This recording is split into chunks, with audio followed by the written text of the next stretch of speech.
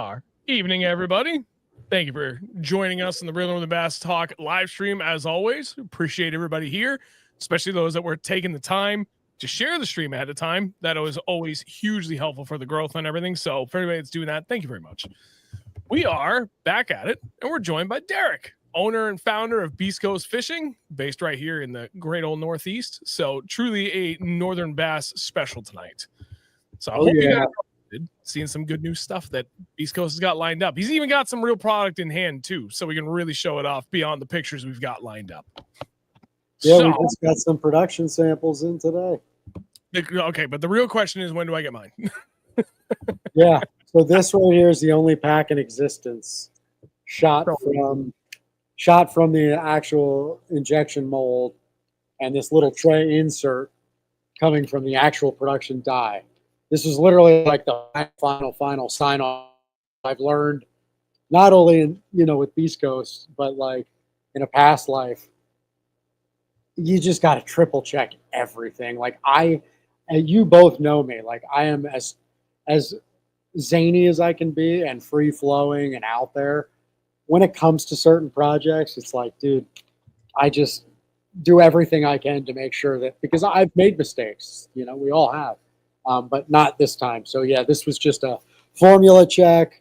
We added like a fraction of the millimeter to the base of the tail, just so that the tails didn't tear out of the mold. And some other things I wanted to check. And then these are actually going into new branded bags. Anyways, I digress. You take it from here. Remember, I am on medication for my knee. Yeah, for anybody that's not aware, Derek had we'll call it minor reconstructive surgery to an extent on the old knee, because as he just informed me, he's younger than me, prick. Just turned 39. I just turned 40. But one of us had the knee surgery, and it wasn't me. So I feel good about myself now. Yeah, that was me. That was me. It's fine. So we do have quite a few things to talk about tonight, which is going to be great. For anybody that's interested in finding any of the Beast Coast product, obviously you can go on their website, beastcoastfishing.com. I put it in the chat. You can also, if you want to go see it in person, there's quite a few places you can go view it. Ben's Tackle Shack in Leicester, Mass. They carry it. I know Berkshire Bass over on the far western side of Massachusetts, they carry it. I think Doc's Tackle carries it if you're in New York. Are you in Kittery Trading Post? I want to say you are. Beast Coast product? Yeah. I don't know. They might buy through Pittman Creek. I'm not sure. Lakeside Outfitters. They're, I think, Finger Lakes, like by, I think, Cayuga and Oneida. Lakeside. They're on the southern end of Oneida. Cool. Yeah, so Lakeside, Docks, Ben's. I know I'm missing customers. There's Bounty Hunter if you're local to Connecticut. Berkshire Bass if you're in Mass. Coyote Creek out in New Hampshire. Yeah, I actually think that they've got some product by way of Pittman Creek. I hope. Man, my brain is limited these days, but I remember those guys. And honestly, it's like at the point now where it's kind of swirling. Like I actually we can't add any new retailers. Like good problems to have to a point, but it's just starting to grind on me because it's like every time we hit the next financial level, and my purchase orders, I think we're satisfying the demand that I anticipated. But then all these dealers, and we're not a big business, and it's not like we have like hundreds of dealers, but we've got good ones, and even the small dealers are pro shops, so our stuff generally moves. And it's like if they all sell a little bit more, and then more dealers want, it's just like it's kind of a weird time and year. Hopefully we'll get inventory out to everybody as soon as possible. But yeah, there's some good local pro shops all over the Northeast that carry the stuff. Yep. There's no shortage of local shops for you all to go check out all of pretty much everything that Beast Coast Fishing has to offer in person, if that's what you want to do. But otherwise, you got the website, you got Tackle Warehouse. There's plenty of options for you to pick it up. So by all means, be sure to do that. Let's get to the juice. Let's talk about the good stuff and roll right into this. What would you rather talk about first? Because I know you got new sizes for snipers and dozers for the jigs coming in. You've got those new jig heads that are coming out not too far away. And then there's new colors. But you also got the Seduce, which is new mid-strolling bait, which, I mean, I personally am very excited for. Yeah. What would you rather talk about first? I mean, honestly, I think the least exciting are just the extensions on the sniper and dozer, meaning the new size and hook configurations. Yeah. I'm sure they're exciting to the people that fish these products and know, what we've been missing with these sizes. People have asked us for these sizes for I guess essentially 3 years since we came out with this with Travis. And so, they're finally here. And then we've got the dozer in similar sizes, plus a couple custom sizes for Tackle Warehouse. But yeah, I can show samples of those, but I think the most exciting is probably, those are the dozers. Wow, yeah, Sean, you're quite an MC. Although I believe that if I'm reading that correctly, that's a 7/16 ounce. I didn't have the new size, the 5/16 to show off because I was just pulling whatever I can find from your social media. Yeah, I'll show you guys that. But then, so I guess we'll talk about the Seduce first because this is definitely the I would say kind of like our most anticipated product for now. Everybody has a minnow now, but this one's pretty well thought out. Hold on, somebody was asking about, I hope they're still listening. How about the hybrid jig? Tackle Warehouse had them on clearance. Dog bone 384. So we're on the Hustler jig. We're discontinuing a couple colors. Basically, kind of tightening up the product that really the business needs to have, because otherwise it just extends cash where it can't be. Like this business, I don't have like a big working capital line yet. I don't know. I don't want one, but I don't know. Maybe I'll need one. So like there's a lot of colors that I would love to have and we'll probably reintroduce. But for now, we're sticking with like the core 6 or 8 in the Hustler line, I think it is. And you'll see those like well in stock now throughout the year, probably starting now. I think they're in pretty good stock now across some of the bigger .com retailers. And I know that we've been sending some to Pittman Creek. So, I'm sure they're sending those out to some of the independent, the pro shops and whatnot. But that's why. So, yeah, there's some discontinued colors in the Hustler jig. And that's why. But no, the line's not going away. The Vanquish jig is going away. And we've actually got a whole shipment coming in like 2 weeks, of course, that we couldn't null out or put towards production on another item. So we'll have probably a big closeout announcement. A lot of people like that jig, but I love that jig. Yeah, well, for what that jig's meant to do, Sean, it'll be better. We're just going to make some key improvements. It's basically going to be like the Vanquish meets the Little Magnum. So it's going to get shorter, stouter. All that weight's going to be like down in the archy part of the head, and then you're still keeping the head shape similar to what it is. Yeah, it's still going to be like a wood jig. So primarily like that archy shape with kind of that spoon and all the material mass kind of like up front and nice wide. But it's going to be our own take on it.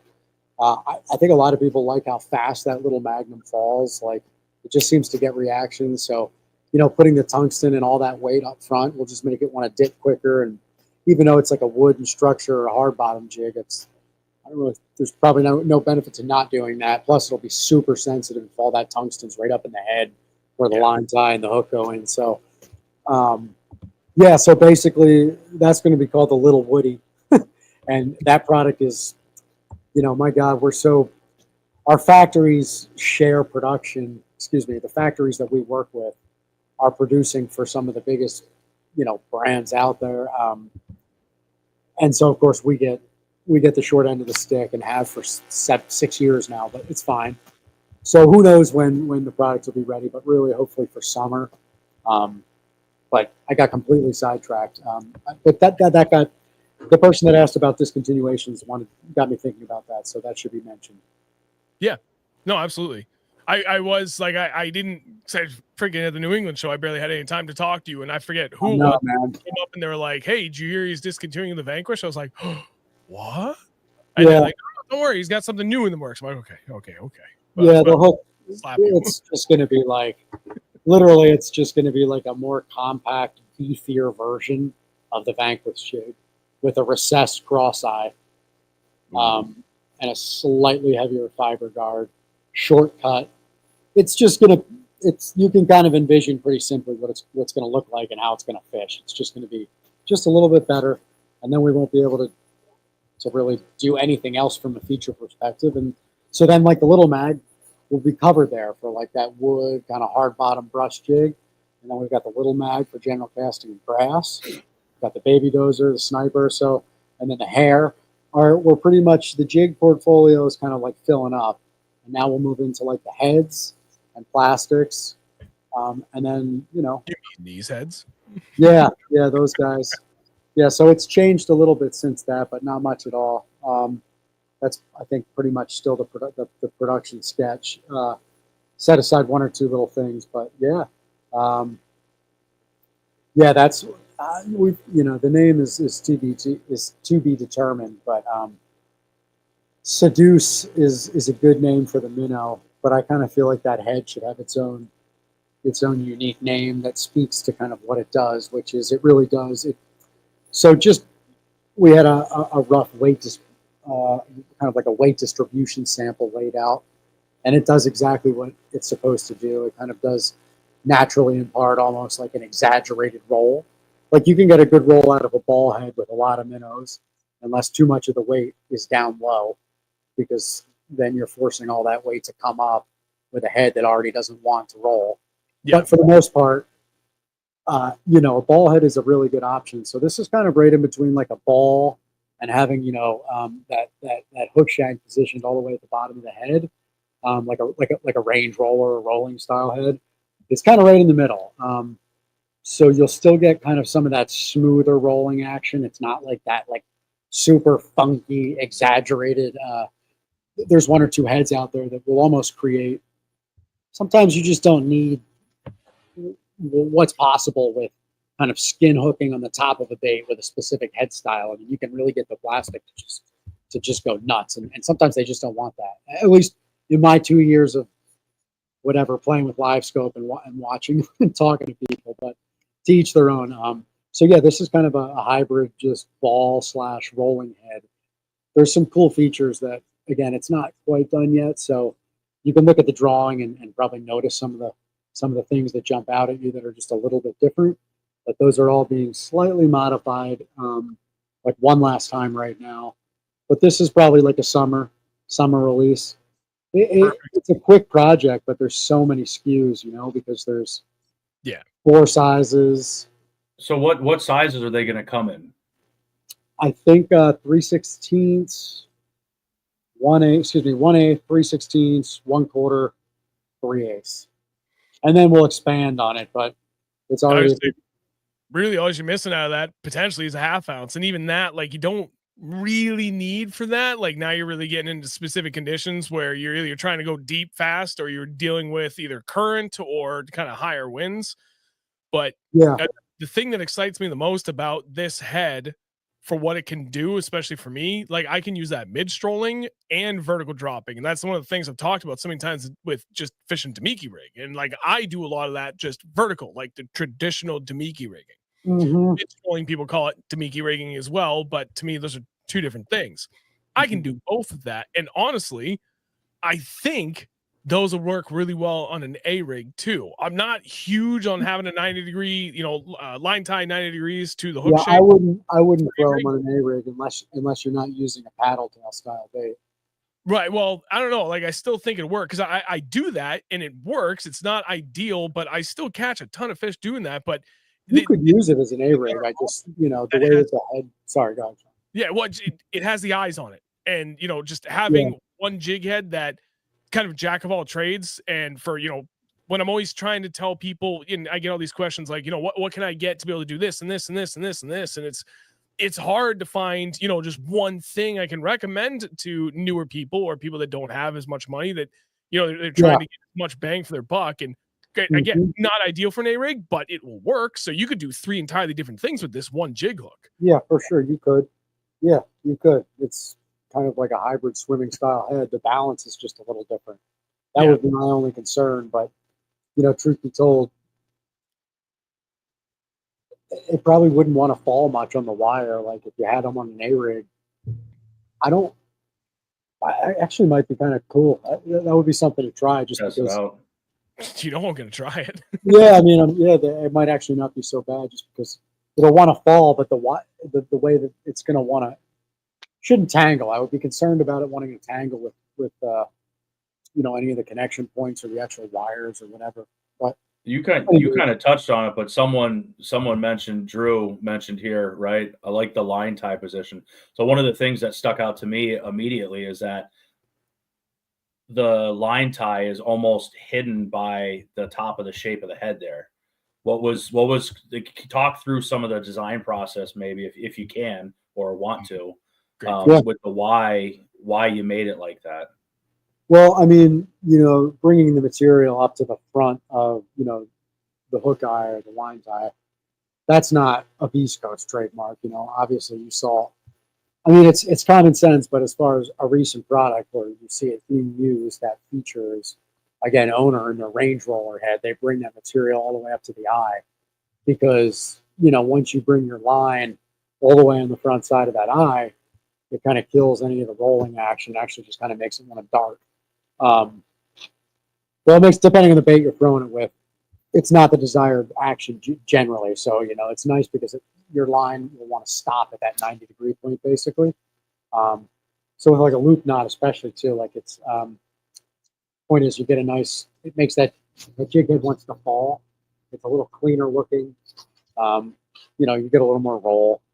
And I always like to just recess things in general because it looks cleaner. And I just like, you know, when you're looking at these products, it's like these, I sometimes I see these heads in the market and they've got like, you know, a 1/4 inch of, you know, shank attached to the eye, like hanging out of the head of this jig.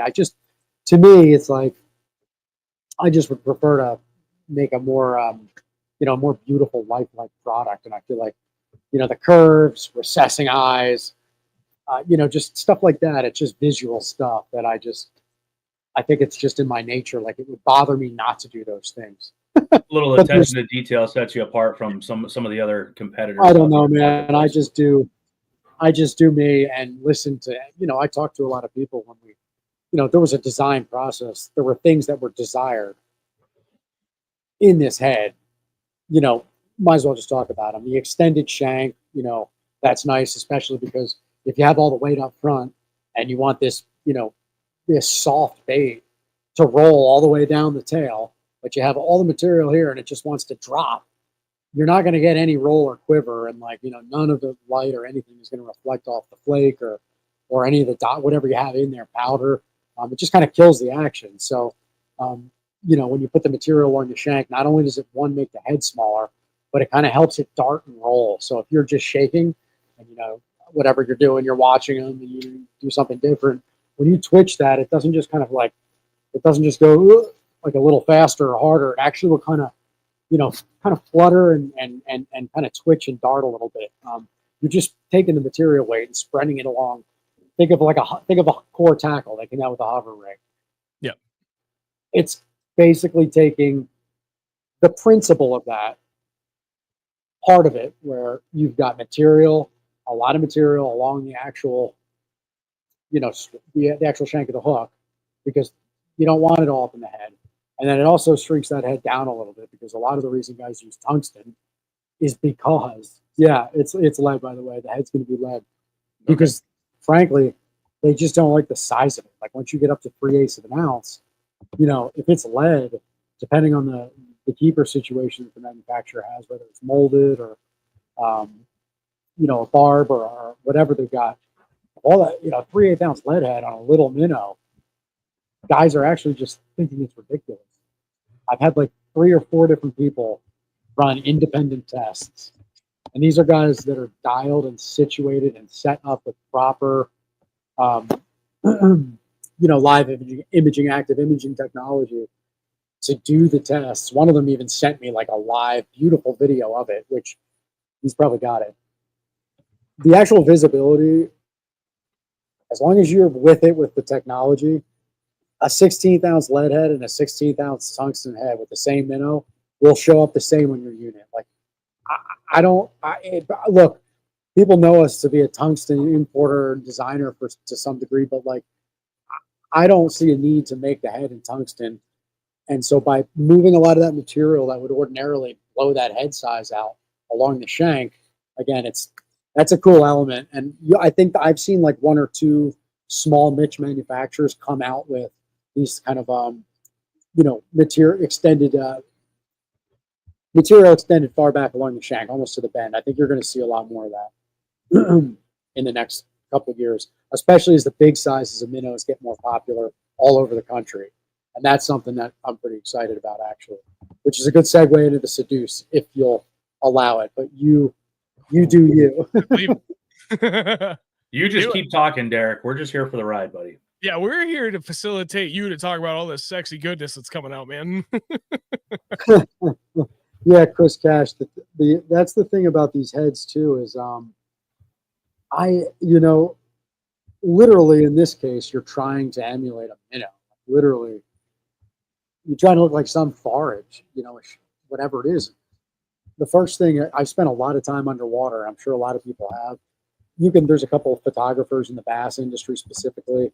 I forget, there's one guy that I always see on Instagram. He does such cool stuff. He's always down with the bass, 30 feet under in their habitats. You look at bait underwater, like anything, one of the only things and the first things you notice is that eye, which is why our swim jig has a huge eye. Even the little working mans, we put like a huge eye in it. It's just like a natural reactive thing, in my opinion, along with many others. I think there's some logic there too, but yeah, that's why a lot of our stuff, somebody mentioned a big 3D eye in the comments. That just to me makes a lot of sense. There's got to be some data and some pretty logical studies that support that. But anyways, yeah, so nice big real 3D eye on that. It's going to be primarily black with a little gold rim. Just keep it really natural and somewhat low key. Actually, one or two of the colors we might just do a solid black eye, no gold ring or foil or anything. So, anyways, go ahead, guys. Sorry. So the seduce, 3 sizes. Mm-hmm. Yep, we got the 3.8, the 5.25, and the 6.75. I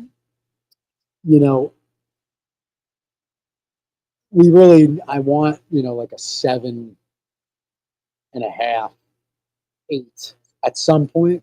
But, this is just like that head. That head is 3 or 4 sizes, 3 or 4 hook configurations, 4 colors. I mean, what is that? 48 permutations or whatever it is. Sean, you do that. My brain's fried right now. But would you say 3 by 4 by 4? Something like that. 4 by 4 by 4. 4 by 4 16 is 64. Well, it's not 48. Yeah, that's right. It's 64. Yeah. Anyway, so yeah, the point is the SKU count is high on these releases. So like this seduce too, 3 sizes, and I think there's 12 colors coming, but I think out of the gate there's 10 that are planned, paid for, all sold. Like I think our entire batch of these is sold to retailers already. Holy hell, that's awesome. Yeah, which is important because there's a lot of money wrapped up in this product from a small business perspective. This is an expensive product. Just as far as, I think it took 3 different prototypes. I mean, the first prototype was totally funky. I just was trying to understand kind of how water would move the bait on certain heads. So it almost had a planer, totally different from where we ended up, which is, man, this thing is just right. So you guys are going to love the thing. But yeah, it's got a lot of money spent in the molds, the R&D, which is, playing with the thing. Is it right? And then you identify other issues like, we need to thicken that tail stem up a little bit so that we don't have like a 30% loss rate out of the molds. Cause I just, I hate, correct me if I'm wrong, But on our flip and delight blade runners, things like that, like our defect rate is generally extremely low. Like I hate getting bags of baits because obviously I don't only fish East Coast, so we don't make everything, but I hate damaged product, especially for, when you're live scoping. It's like that minnow needs to be just right. It needs to be intact. Otherwise, might as well just throw it in the trash. Yeah. So anyways, yeah, we got these things to where they're pretty much all perfect right out of the mold. And we've got the packaging program all wrapped up and done. So we've got these custom little clams, which we actually cut the header off of because now they're going to go in our new branded bags. You've seen those bags, right? With the, they've got that kind of like mountain green, like northern roots. Yeah, like various Pantone kind of funky mint greens and heavy greens. And then the pine trees and stuff. Yeah, so this packaging, it's packaging, like who cares really? But this stuff is thankfully starting to show up at enough retailers now that the packaging needs to be right. So I'm really actually, dude, to be honest with you, Sean, like, well, both of you guys, yeah, there it is. I was like, I know I got this picture somewhere. Yeah. So like this kind of rebrand, it took me 7 years. The whole industry has gone to red and black packaging. It's actually kind of, man, it just watching it happen like every freaking brand in the last 4 years. And Beast Coast, believe me, I'm not saying this because we had black and red packaging first. Jackal had black and red packaging before us. There was another company, but it just feels like black and red's everything. So finally, 6.5 years later, I know exactly kind of what the business is doing. Like I know who we're making products for. We've got the distribution now to kind of support a fun little growing business. And so this like identity project to me was like the coolest thing that I've worked on in 7 years because it just felt so good. I mean, I've already had people tell me, oh, I want the hardcore, the horns. And it's like, yeah, we'll probably like do like some decal giveaways with the OG horn logos and definitely want to keep that around. But this is like clean. It's Northern Roots. It's who we're making product for. Like I'm glad to get this out of the way and we can own this. So I'm excited to watch all this packaging roll out, and all the jigs are going into this packaging starting in about 2 weeks. So this is going to be rolling out everywhere, the new vibe. So yeah, this is fun. And then the Seduce dude is going to be the big release here in the next month and a half. He's actually, I didn't even open these yet. I opened the other one. So there is one of the baits. You guys have seen the drawings, but basically we kind of opted for some pretty intense high detail as far as like the scale patterns go. The cool thing about this is we took all the material away from like the top. So if you've got a little 1.0 or 2.0 hook, there's enough. All this is solid. All up in the head here is solid. So it will grab any keeper barb style on any, ball or shaking head on the market, really. It'll hold it totally firm, but the entire hook is essentially free to flow in this hook pocket. So the minnow can kind of like dart a lot on the head. It's like not really inhibited by the straight shank or the bend of the hook, which is normally in the bait. So instead of like this much of the bait being able to quiver, you get like the whole bait to kind of, so, sometimes when you're shaking it and you kind of just speed the retrieve up for whatever reason, if you're following it, that bait will totally like blow out. And it's just a cool little feature. And again, it doesn't have a big square flat back because when you have a little tiny round bend hook, you don't want a lot of material up top, especially if, the fish are being, wacky or you're just barely getting them hooked in, the skin or whatever. So this little pocket is a cool feature. I think it's going to be one of those things that you will like subtly notice, but it's helpful. We got the detailing is pretty cool. We've got super lifelike scale patterns that all taper. Yeah, this flake was pretty hard to hunt down actually. And then this is actually probably the most important part of the bait. Is the way that this tail is handled, it just transmits like everything, as you can see. This is just me trying to hold the thing there. So yeah, it's got an awesome profile. I mean, it looks just like a a smelter, kind of a thinner profile bait fish. I just felt like we're making a minnow. Let's keep it realistic. So yeah, the Seduce is going to be a good one for us. The colors are really beautiful. They came out nice. We've got like kind of the industry staples covered that everybody wants. Tennessee shad. This is actually electric bait. This is what a lot of manufacturers call that kind of like electric color changing flake.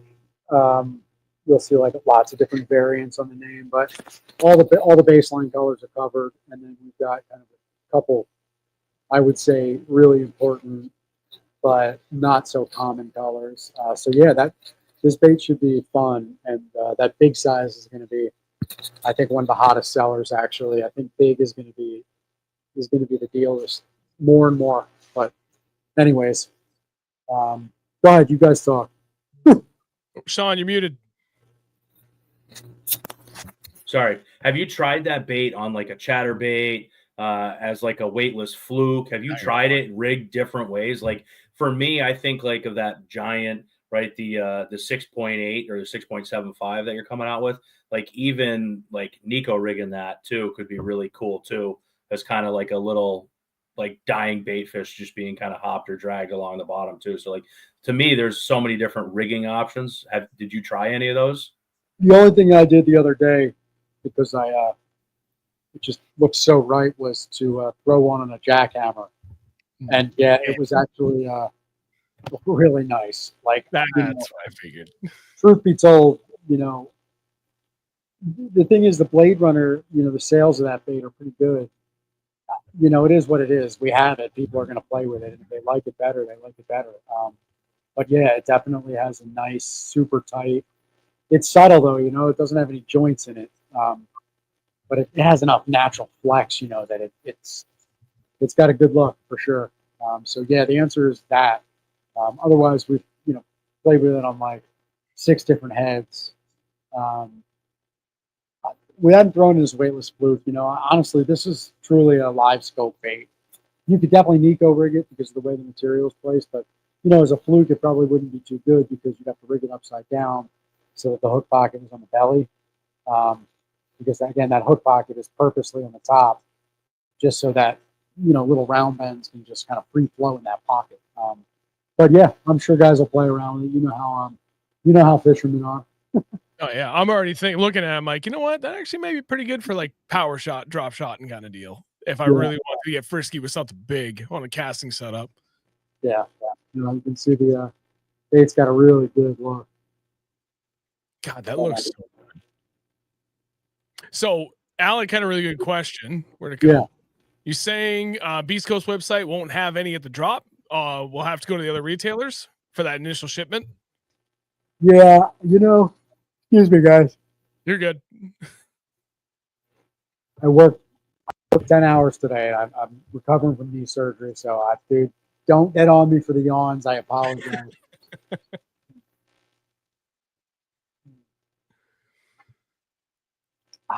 Okay. So,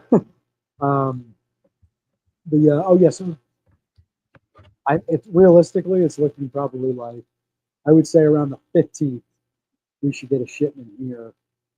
I have no idea. There's a couple. I really like to. I think it's cool to. There's a couple. There's a local retailer or two that I really want to get, if not a 6-pack into. And then a lot of these are going to be kind of color samples, buyer samples, samples for the the guys that are out there playing with them and testing them and whatever. So these guys, I really have no idea what the true launch plan is.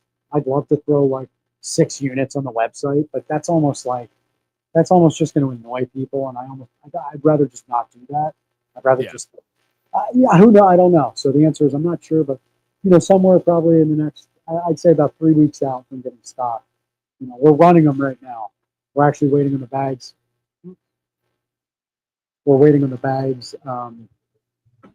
we had to custom size 3 different bags in that new theme, which is 3 different plate fees and setup fees and 3 different freaking, this project is literally like almost bankrupted me for the last 2 months. But yeah, 3 weeks, some way, one way or the other, we're going to have some stateside. And then it'll probably be, realistically, May 15th is, I think, like the revised, honest date on when we would expect stock to be like start shipping. Post spawn, so at least we'll have them for summer, fall, winter. Yeah. Yeah. That's cool though too. That sorry, go ahead, Sean. No, I was gonna say there's no real need to rush it because I know guys can still go out there and ping a minnow right now, but that's like, to me, like truly numbers wise, a lot of people doing it. That's post spawn. So. Oh yeah, I mean, there's guys that just, on certain lakes, there's just no point in doing anything else. You just go out there and drop the trolling motor where you got to drop the trolling motor and start looking. It's I can't wait to fish.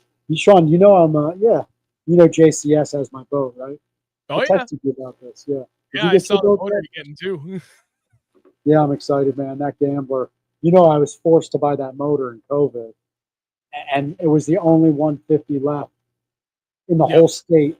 And I even called like several dealers in Massachusetts, and they were like, "Oh my God, no chance." I called. What's the Suzuki? They just got into bass like 4 years ago when COVID hit. I thought that would be a good place to look. They were like, nope, 6 to 8 months. I was like, okay.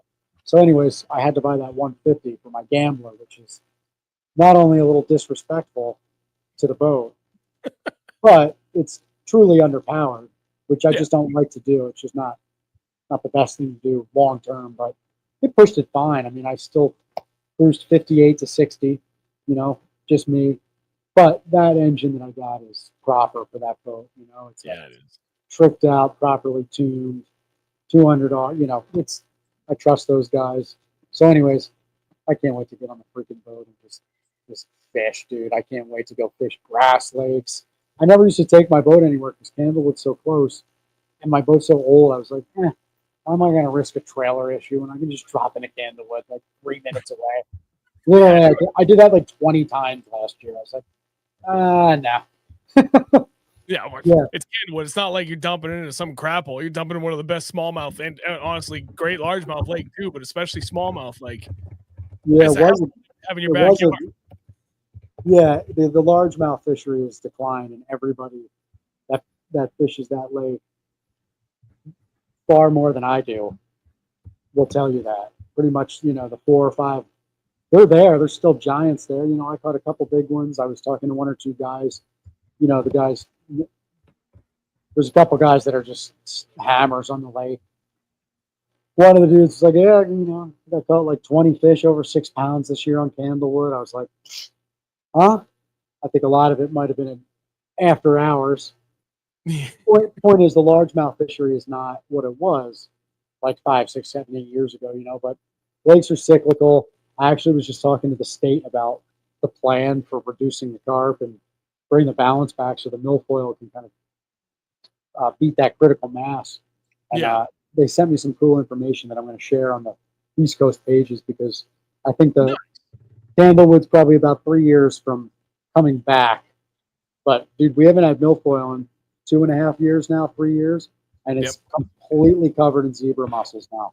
Completely. Which I don't really care. I don't keep my boat in the water, and, I don't know, maybe I'm thinking about this incorrectly, but it was barren. I'd rather be some sort of life form in the water to start an ecosystem, even if it's dead zebra mussels that panfish can eat. I don't know, man. Maybe I'm not thinking about it quite properly, but dude, it was depressing in Candlewood. It was like a desert the last 2 years, and I think we're 2 to 4 years from what the state. They don't make promises, but their efforts are killing carp, and it's just an interesting kind of crossroads of carp biomass and milfoil just not having the ability to beat their feeding efforts in the spring. It's kind of a weird deal, but anyways, I'm very sidetracked right now. But point is, I can't wait to get my boat, dude, and go fish in some grass lakes. I didn't fish once. In fact, I think I fished Candlewood I think the only place I fished last year was Candlewood. It's not a bad thing. I tell you what, this weekend, I told you earlier before the stream started, I'm going to go out Saturday and Sunday. Saturday, my buddy John Emery's coming up from Georgia. Nice. So I'm taking him out, and then I'm taking a subscriber out on Sunday. There is a particular spot that I have been to. You weren't there, but the 2Js were. And I know you go there with the 2Js fairly. Yeah. I'll be there this weekend. Only because it's going to be a lot warmer down that way than anywhere else. So yeah, I don't even know what is this weekend? It's going to be rain. And then the It further was north, rain up here for us every single day. Rain. yeah, it's going to be It's been beautiful here. that way. Yeah. What was that? It's been beautiful here the past couple of days. It looks pretty the next 2 days here still. But fingers crossed. I saw rain too all weekend, right? Is that what you said? Saturday and Sunday are 50% chance of rain down your way. The further north and east, or even west you go, the higher the chance of rain, and the temperature starts dropping dramatically. So I was like, you know what, screw it. I'll make the long drive down. I basically took 3 months off this winter anyway. So it's high time I get back to my long drives anyway.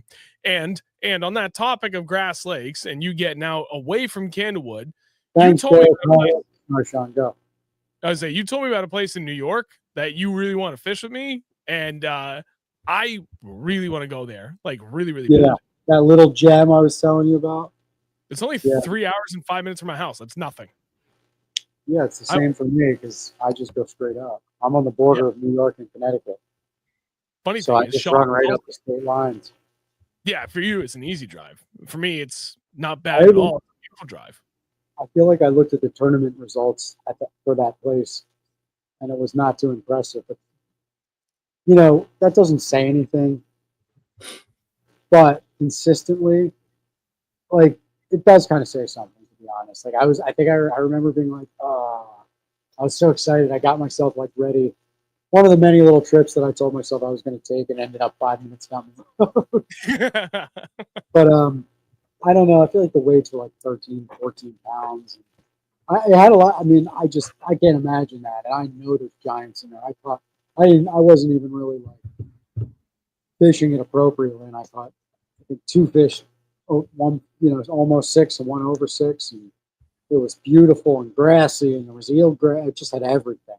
It's just like, and it was, I'm down to go, but I'd like to get somebody else's report on that place. But, well, we talked to Mr. Miller right here because he knows quite a few people in New York, and I guarantee you I can find somebody that can give us real feedback on what's really going on over there.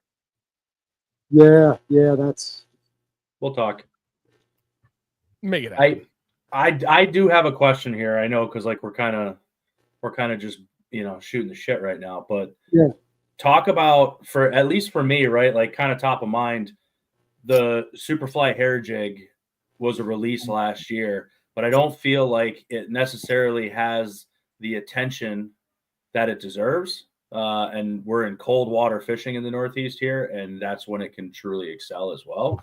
Talk a little bit about the Superfly, because that was kind of like, in the works, and then it was released, and here we are next year. So yeah, it's honestly been doing really well. It's like there's only so many things you can talk about. It's like I think we actually just got a replenishment in, but it's a top seller on Tackle Warehouse. I think it's a top seller on Omni. I'm not sure actually. But the point is, it's doing well, and actually, it's a good segue. Bass Pro Shops is going to be bringing in the Seduce, the Superfly, a bunch of snipers, bunch of magnums, some flipping lights. Really nice assortment. But the point is, the Superflies, it's doing well, man. It's just, the category here, you asked me to talk about it. Here's my thoughts on that.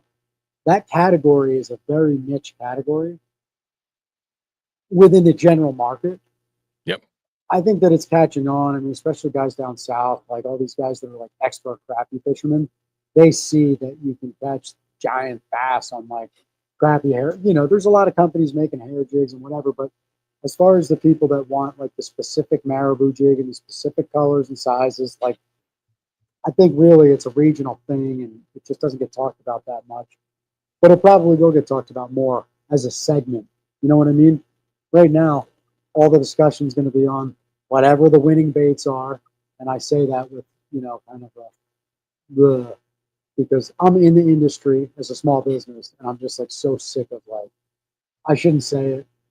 We partner with guys all over, but I always tell these guys, like, I don't really care if you win an event or not. Like, just talk about the products with your circle. Like, you're good enough to where people are going to listen to you and you're going to use this product for a certain reason. Like, but anyways, the winning baits links all over the internet for tournament X, Y, and Z. They're usually not on hair jigs. It's usually these days on a minnow, some sort of Nico riggable worm or product. It's a lot of it's just the era we're in, and a lot of it's the sponsor game. But the product's doing really well, man. I mean, we've been out of stock on 6 of the top 30 SKUs for like 2 months. I just can't get the stuff. It's just too much for me right now, to be honest. Like, I mean, it's fun. It's really fun right now to run the business, but like, I can't, I need to start putting all these things in place, like, so that I can forecast accurately and, figure out how much money out of my, regularly dwindling paychecks I need to take out to buy more inventory than I did the last cycle. It's just dumb shit that I just kind of never really wanted to have to deal with. Like when I started this, I just kind of thought it was all going to work itself out and, whatever. But yeah, it's taxing. And as a result of that, like the Superflies actually did sell really well. And to the point where I just wasn't caught up with demand. But we just got to think totally back into stock. And they're doing well, man. They really are. We actually just made a good improvement to that product. So the little, I had one laying around, pretty simple to describe. The little wire keeper, we basically extended a couple millimeters. We just spec'd out a new keeper and just retooled the mold a tiny bit. So now it's just not so, it's not so hard to slide a little tiny chunk of plastic down and lock it when the marabou is not perfectly tied around the hub, which it is probably 8 times out of 10. But if it's not, I forgive the factory. Nobody's called us out on it, but on the actual tying. But the barb is now extended a little bit. So it's just, I think there was one little, I guess, feature within that product that wasn't quite perfect, even though we played with it, it was fine. And when they're tied absolutely perfectly, it's fine. But this just made it a little bit better. So yeah, that item's back in stock. It's doing really well, man. I'm excited about it. I love that product. It's like I said, props to Bass Pro for giving these goes to shop, but also leaning in on a hair jig, which is again, they've got their data and their sales, but it was pretty cool then to try that product from us in that segment, knowing it's not going to sell like a Senko. But then again, that's just not what we do. Like I will never make a Senko, we'll never make a stick worm ever. No. Just won't ever do it. And so like it was cool. So yeah, the Superfly, I think you might see it more. Like if people start throwing them all over the tours and somebody that's the only reason that you probably see the Superfly in the news. Like I don't really do editorial drops or anything like that. Occasionally, but mostly it's just talk about it, present it to the anglers at large, get it into distribution where it needs to be in distribution. It's getting there. It's selling really well. So hopefully it keeps up. And now we've got this little improvement we made. It's just it's a beautiful little product. So it's not the cheapest, not the most expensive on a unit by unit basis. Most of these manufacturers are selling them in 2-packs, which I have an opinion on, but who cares? I know why it's done. But anyways, yeah, unit by unit, it's right in the middle of the pack, and I think it's a beautiful product. So anyways, I digress. Let me talk. I gotta ask you one question though. It's like pineapple on pizza. You have. Oh, go ahead. Pineapple on pizza or not? Well, I like it. Same. All right, good. I'm indifferent. I want. Huh? There's one particular pizza I like. It's from Wilton House of Pizza. It's called the Twisted Hawaiian. This is why it works. It's not just pineapple. It's pineapple, jalapeno, bacon, and ham. So it's like you're making me, sweet, dude. I want to go order that spicy, right now. salty. Hands down, my favorite pizza I've ever had because it's like it hits everything just right. That's how pineapple works. So good, dude. It is phenomenal. I didn't really eat dinner because my appetite's been so off, dude. So before my knee surgery, I had that whatever virus. I lost 11 pounds in 6 days and went right into my knee surgery. And then I couldn't eat for like 3 days.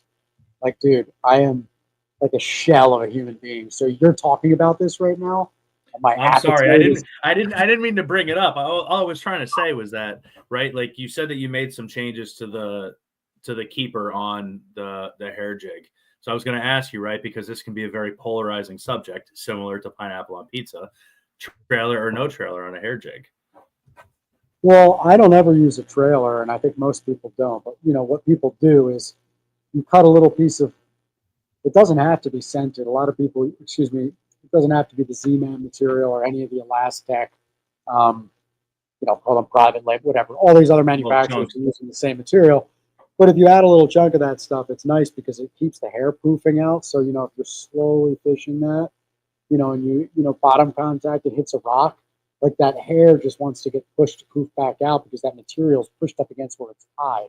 So it does a couple things. And then you can also really whip that thing literally like 3 times as far with the same amount of effort on like 6 pound braid to 6 pound, whatever you're doing. So there's a couple reasons for it. And it stinks. So like, you know, it's a tiny little thing. So usually when they eat it, you just they're there, but you get the scent too. So there's a lot of, honestly, every time that I throw it, I do put something back there. It's not always a floating piece of plastic, but I'm not a hair jig expert. I just, you know, I throw it and get bites on it, but it's not even something that I necessarily lean on. I just talk to enough people in thinking about the product that are really good with them that, you know, that's kind of how we arrived at how we did with the head shape and the features and stuff. But yeah, it's a really good product because the head's nice too. You can kind of like almost just slow drift it, you know, super slow fish it, really close to the bottom, bump it. It's kind of got like a round head, but it's really nicely balanced if you're kind of like, you know, slow reeling, like it won't want to like get wonky. It's a really good product. I mean, we've got a ton of positive feedback on the thing from messages. Yeah, you asked again, Sean, you asked about the product. We've gotten a lot of good feedback on it actually. So sorry. Let me talk about these so that I can hold on. They say you sound fine. You look great. What'd you break? No, somebody asked me I saw. I don't know, man. I just thought I saw some questions about asking if I worked for a company or something. Oh, hang on. Oh, with the engineering. I don't know. I don't know, man. I get that so sidetracked. At Alpine years ago that started his own amplifier company. Oh, wow. I'm sure he's a much richer man than I am. But so look, these are actually really exciting. So the baby dozer is becoming really popular. Actually, it's our tungsten compound football jig. Right now, it's only available in 7/16 and 5/8. Part of that was because, well, let's just get to brass tacks. It's been 2 years, and people have really wanted smaller sizes. We actually attack a warehouse. Come to us. I kind of wanted to do something unique with them, and I think there's like some internal users of some of these products there, which is awesome. And basically, we've got I can hardly see. I'm in like my dark, comfortable living room in a recliner. So here is the 3/8, and there it is. So we've got 3 new baby dozer sizes coming. All 3 sizes have a new super, look at these little guys. These things are sick. So this is a 1/4 ounce baby dozer. I don't know if you guys can see the little friction pad on the face. Yep. We've got that hook eye set back behind kind of the midpoint. So it really does just want to make it kind of like constantly tick up. I know there's been criticism on like a video or two we posted where people are like, oh, that's just the angle you have the line tied. It's absolutely not. Like this jig wants to grab bottom. Anybody that fishes with this will, for the most part, probably have the same thing to say, which is, I mean, you can snap this thing out of hang-ups. Like it doesn't want to get hung. This thing is just such a good grinding bottom jig. And now we've got it in a 1/4 ounce with a 2.0 and a teeny little but functional weed guard. Like that's the other thing about a lot of micro jigs is the weed guards. They won't even deflect a piece of like floating milfoil. Like this is not. This has got a legitimate weed guard, but they're just super fine fibers, and they're buried down enough in the head to where it just creates enough. You know, long and short of it is, this will actually let you pop this through some grass without hanging it on the bend of the hook. So we've got the 1/4 ounce and the 3/8 ounce, both with a 2.0, and these are going to be Tackle Warehouse exclusives, these two. So these are two baby dozer sizes that are Tackle Warehouse exclusives, much more finesse, not micro sizes, but downsized. But for the general market, so all retailers will have this that want them. We've also got the 3/16ths, and this little guy is sick. This is the 3/16 ounce dozer. Same construction, tungsten compound head. The hook is set back a little bit, again, just to, you know, kind of combine that with the friction pad. It just wants to tick up. We've got the 2.0 BKK hook in there. Little tiny weed guards, still super functional. Hand-tied skirts, size stamp. It's an awesome premium little bottom contact jig. And I think the 1/4 ounce size is actually going to start at like $4.99. So we're going to really expand that dozer range. So yeah, there's the dozers. Let's see. Here's the same. You show off the snipers, the new snipers. I know I'm about to. Oh yeah. I'm just showing you guys. Here's some stealth pumpkin. Here's my favorite, some of my favorite colors. Yep, just like the rest of the world. No, missing stealth. Those are terrible colors. No one buy them. Dude, honestly, I actually anybody that wants half-ounce stealth crawl little magnums, there was actually like a little snafu. It's like my favorite color, and I don't have any. And I don't know anybody. I don't think anybody has any. But if you can find some, you should buy them because I think those half-ounce stealth crawl mags are going to be out of stock for like the next like 30 days, which is terrible. And you just reminded me of that. That was like a shitty part of my day. There was a lot of stuff that got moved around on purchase orders and just anyways. So those were the baby dozers. Let's see, where are these snipers? So the baby dozer again, refresh. 1/4, 3/16, 3/8, 7/16, 5/8 ounce size. Smaller sizes have a 2.0 hook and a much more finesse weed guard. The larger sizes have the it's a 4.0 version of that hook, still kind of like a small 4.0, I would call it, and a beefier weed guard. So overall, that line is like totally built out now, totally covered for all the Northeast applications, from a spinning rod and 12-pound braid to 10-pound leader for that 1/4 ounce, up to 17-pound fluoro on that 5/8 ounce, depending on how ballsy you are. So that's the dozer, and then here are the sniper line extensions. I'm so glad you guys can't see like the full me laid out here with my leg up in the air. It's ridiculous. Let me lift my chair up here. Starting to sound like an old man over there, you know? Dude, it's crazy. I know. So here is the, what do we got here? I can't even tell you what this is. Oh my goodness. Sorry, guys.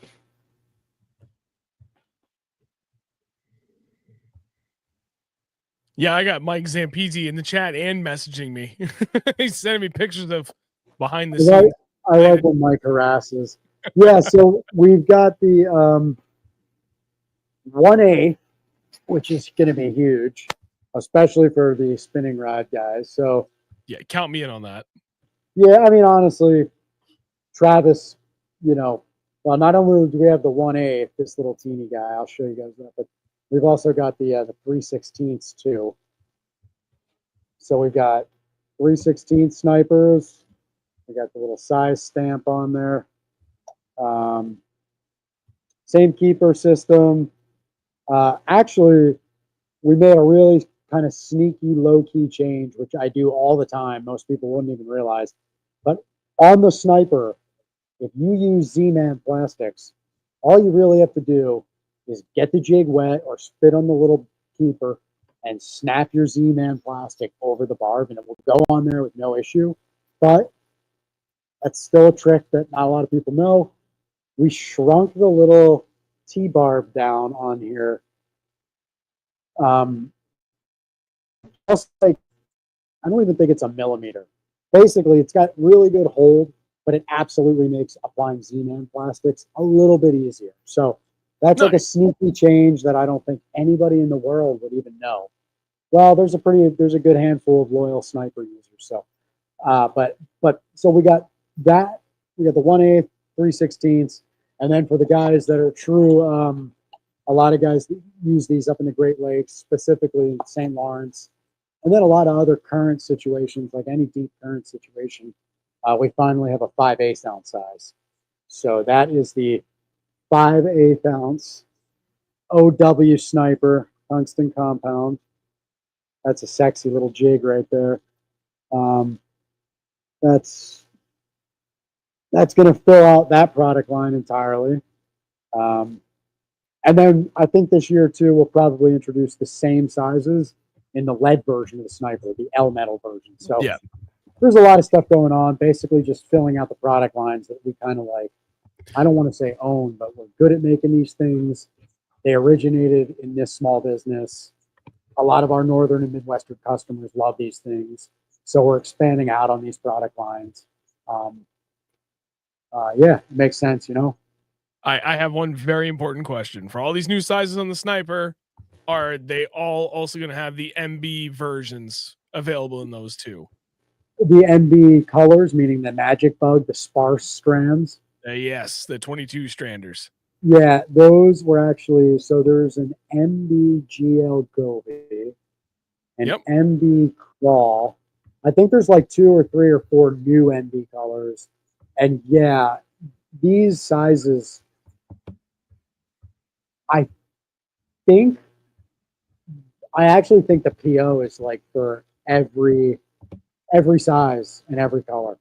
Like this, it's just full line, all sizes, all colors.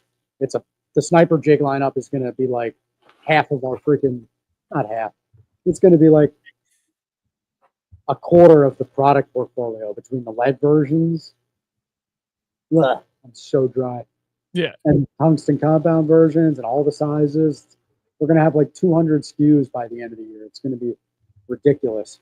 And then I'm not making any more sniper sizes, colors, anything like that. So you can tell Travis now. As long as I can get those lighter ones, that quarter ounce and the 3/16 with the like in the MB Sexy Melon, MB Pro Pumpkin, MB Mothman, like dude. Yeah. Yep. Those will be available. And then we've got like I said, we've got a dedicated Gobi color. I mean, we've already got hybrid Gobi, which is awesome, but we've got an MB Gobi color coming just because, again, those sparse strands and clear water and smallmouthy, it's just dude, they kill it all the time. So yeah, those MB colors will all be well represented in sizes. So anyways, I digress. That's what I got for you guys. That's everything. Dude, that was extensive. You showed off absolutely everything. But before I get there, I forgot to the very beginning of the stream. For everybody that's watching, as always, thank you very much. Leave a like, whether you're watching on YouTube or Facebook. Please leave a like. Greatly appreciate it. Anyway, back to the original point. Thank you very much, Derek, for doing this despite your knee surgery and being laid up in your recliner. Appreciate you coming on to show us all the new stuff that's coming out.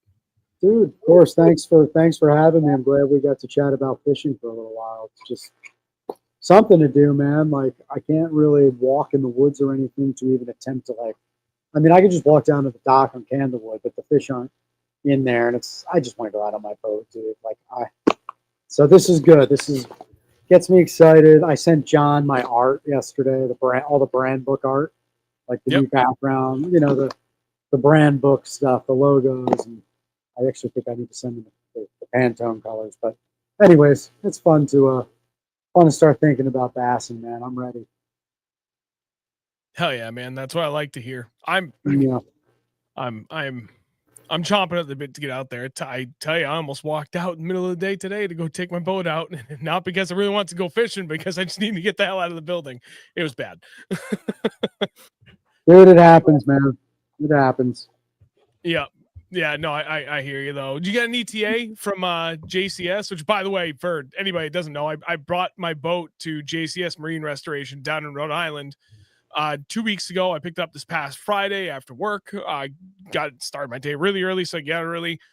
Got down there. I did some filming. I'm trying to line that up with like the first fishing video of the year, so I got some more filming to do. And hats off to those guys. They fixed my trailer fender from when I blew the hub back in November, and had an ugly drive home.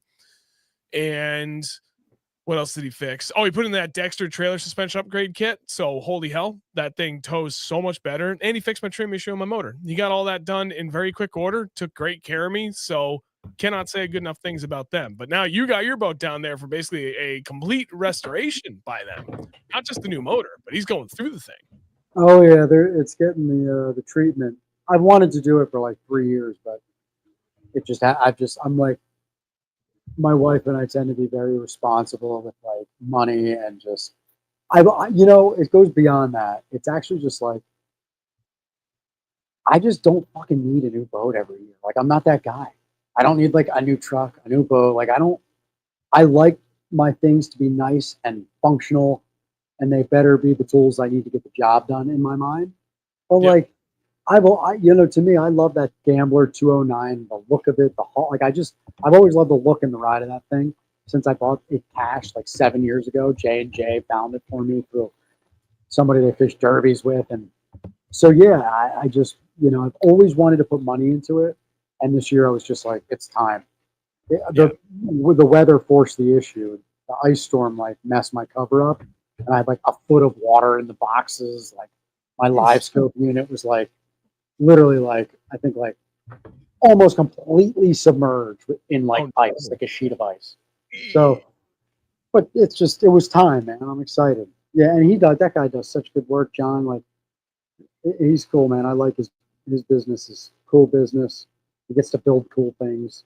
He works his ass off. But so yeah, I don't really know my ETA, but I'm not in a rush. I told him, I was like, dude, we have an understanding. And honestly, I was hoping it'd be slower. I like got home and he was like, yo, I found you an engine, but we need the 10 grand now.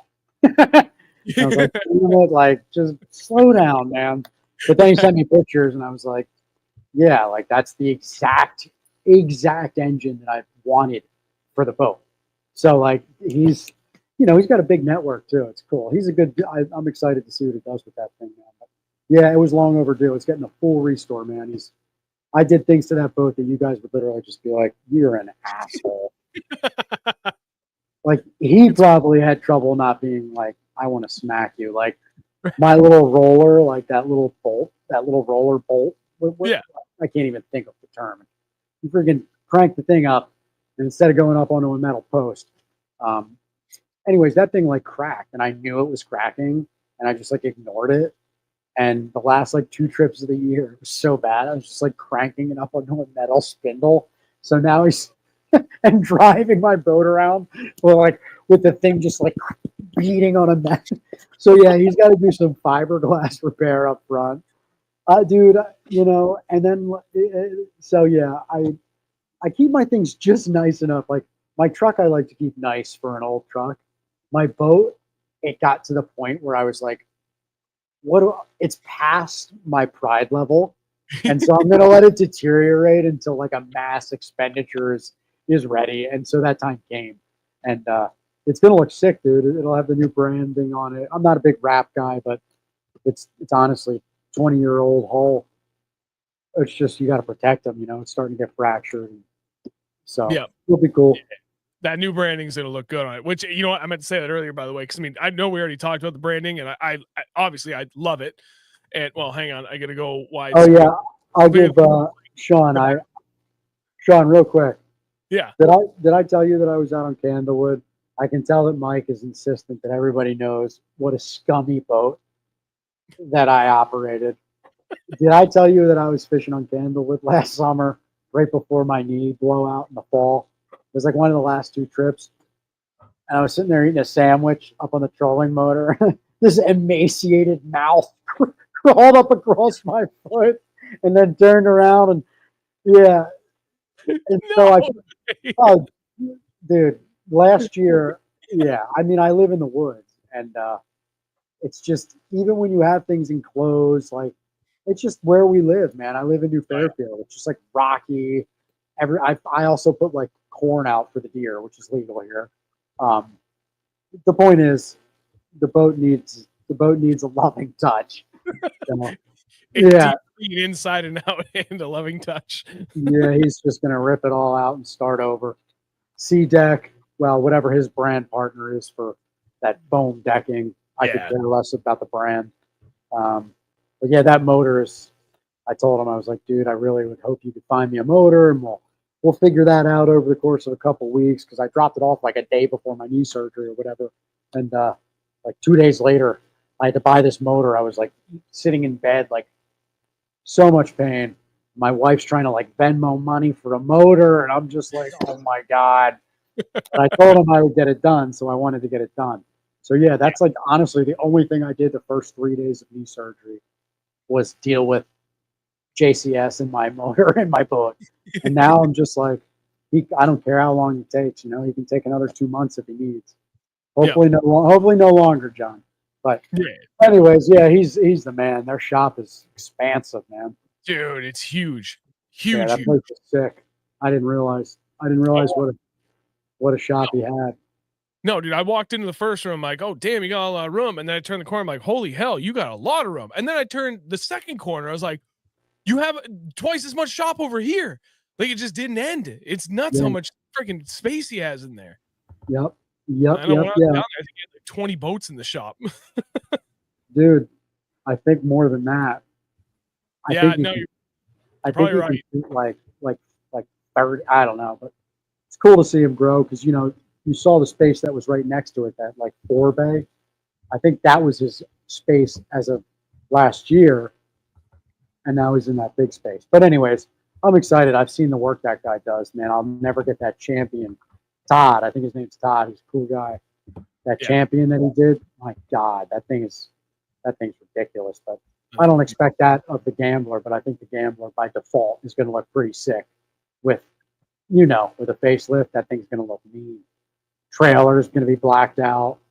Hopefully that's in the budget. I don't even know. We'll buy a couple rattle cans for you. Buy a couple what? Couple rattle cans, couple spray paint cans for you. Oh no, I'm not. We'll get a 30 rack of beer and some spray paint cans. That thing will be done in no time, buddy. Don't worry. Leave it to the professionals here. Those wheels will look lovely. Oh, that's funny. Well, guys, I'm gonna zone out and go to bed. I appreciate it. Yeah, you let me know if you need anything. And is there any last questions that you guys would like to run by me, or are we all wrapping this up? No, dude, I think we're good. If you want to cut loose now, Sean's we got one more thing to talk about with Douglas Rods, but you don't have to stick around for that. You've done plenty. I know you're beat from a long day of work. Plus, again, dealing with all the meds and everything from the knee surgery. So we just really appreciate you making the time, even immediate post surgery, to join us and share all this stuff with everybody.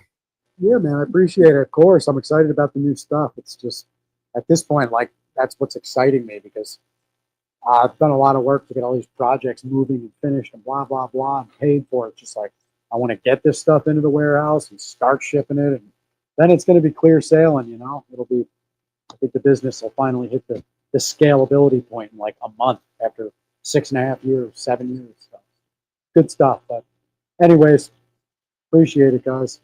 Yeah, man. Have a good Good night, night. sir. We'll be in touch. Good night, guys. So, yeah. All right, Mr. Miller, you have some final last minute parting exciting news regarding Douglas. Yeah, just kind of an update. We talked about a couple of weeks ago. We talked about the Douglas Rods was doing a swim bait extravaganza sale on their swim bait rods. Talked kind of at length with the guys over there and stuff like that with some of the feedback that we were hearing. And one of the things that they put in place, which I think is really awesome right now, is they just went to a straight 50% off all of their swim bait rods, and that includes free shipping. So there's no more paying for shipping on those swim bait rods.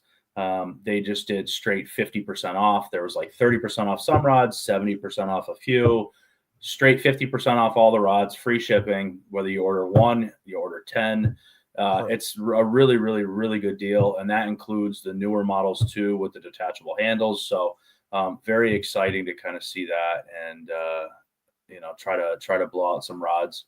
And get rid of some things and clear up some space in the warehouse for the future. I will leave it at that, but that's what I like to hear. Well, that's a great way to end this, because after this is done and closed down, I'm leaving all this stuff set up, because I was talking about before the stream went live. And I mentioned this several weeks ago. We were talking about like video content for the channel and things ideas have been in the back of my mind. I've always wanted to do my own version of like a jig fishing 101 series. So once this is all done, I'm leaving all the recording equipment up. I'm going to try and record episodes 2 and 3, and I might even get episode 4 done, so you at least get the raw recording done, and then I can start editing it. And then ideally what I'm trying to do is like get all that uploaded right before I get like regular fishing content videos up as well, which would be freaking great. Going out Saturday and Sunday this weekend, but with the rain, I don't know what I'll be able to do for recording. I will figure out something. I'll work around the weather so I can get something done. I'm excited to get back to regular content. So that's the plan.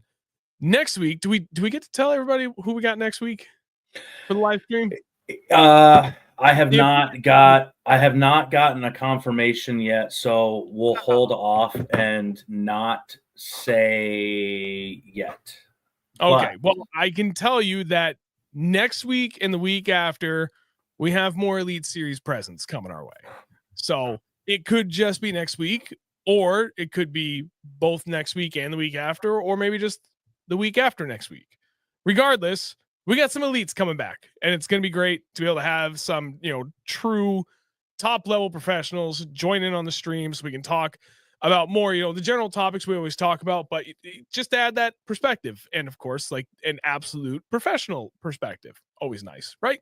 So excited to have those guys on. Next week pending, but hopefully able to make it on. Yeah. I take that back. That's potentially the next 3 weeks, because I know who we're talking about for next week. And then we got local guy I talked about shortly after, but I think next week is the guy we were talking about. The week after that, we were talking cold cranking with that. Is that a definite or still like TBD? No, next week we're going to do jig fishing 101. Yeah. But then and then cold water cranking. But we also, or is that still TBD? That could be TBD still, but we also may have him on to do some like hover strolling, Cindy rigging, Demiki style, whatever the hell you want to call it. Yep. Swim jig style head and a minnow with no paddle tail on the back, fishing 101 with a master. So there's a lot of stuff in the works. We're excited about it. We've got a lot of lines out there in the water right now. Nice pun. Yeah, no pun intended. But a lot of cool content and stuff like that we're working on to kind of fill up the spring and the summer and kind of keep it relevant to what everyone's doing currently up in the Northeast here. So definitely exciting. Definitely some big names shooting for the stars for a lot of guests here. So we'll see what we can put together. Yep. So I know next 3 straight shows in a row likely our All Elite Series guys coming to join us, which would be fucking phenomenal. After that, I'm not sure. At some point, we'll work in an open topic night, because I like to try and spread those out every 6 to 8 weeks roughly, because it's just nice to be able to just open it up, let people ask absolutely anything that they want. They're always fun. We always have really interesting conversations, to put it lightly, when we get to do those. So anyway, that's kind of the short and long-term planning, but very excited for the upcoming episodes we got going on. And I owe a lot of that to you, Sean. So thank you. And we can get DJ back in on here too, but I know schedules and topics specifically have not really aligned well with that, but DJ will come back. And shit, maybe even at the end of April, Dennis may even be able to join back in on some of these discussions too. So there's no shortage of guests. There's no shortage of topics. There's no shortage of roundtable discussions we can have. This thing's going to be stacked friggin' right through to winter. So I'm looking forward to it. I'm excited to be keeping this going, to keeping Spotify going. I've been consistent on that, so pat myself on the back for that. Sean's going to be helping making some short content, at least, for the start for the channel, which would be great to help that. And man, I'm just... warm weather's here, fishing's here. We got plans. We're executing. You can't ask for any more than that. So everybody, thank you. And if you have ideas for the stream, send a message. Yes.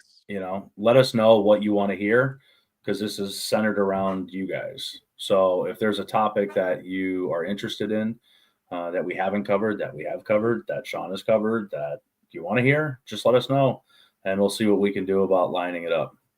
Absolutely. And I'm not opposed to adding in an additional night here and there if need be, to be able to get in more of these guests.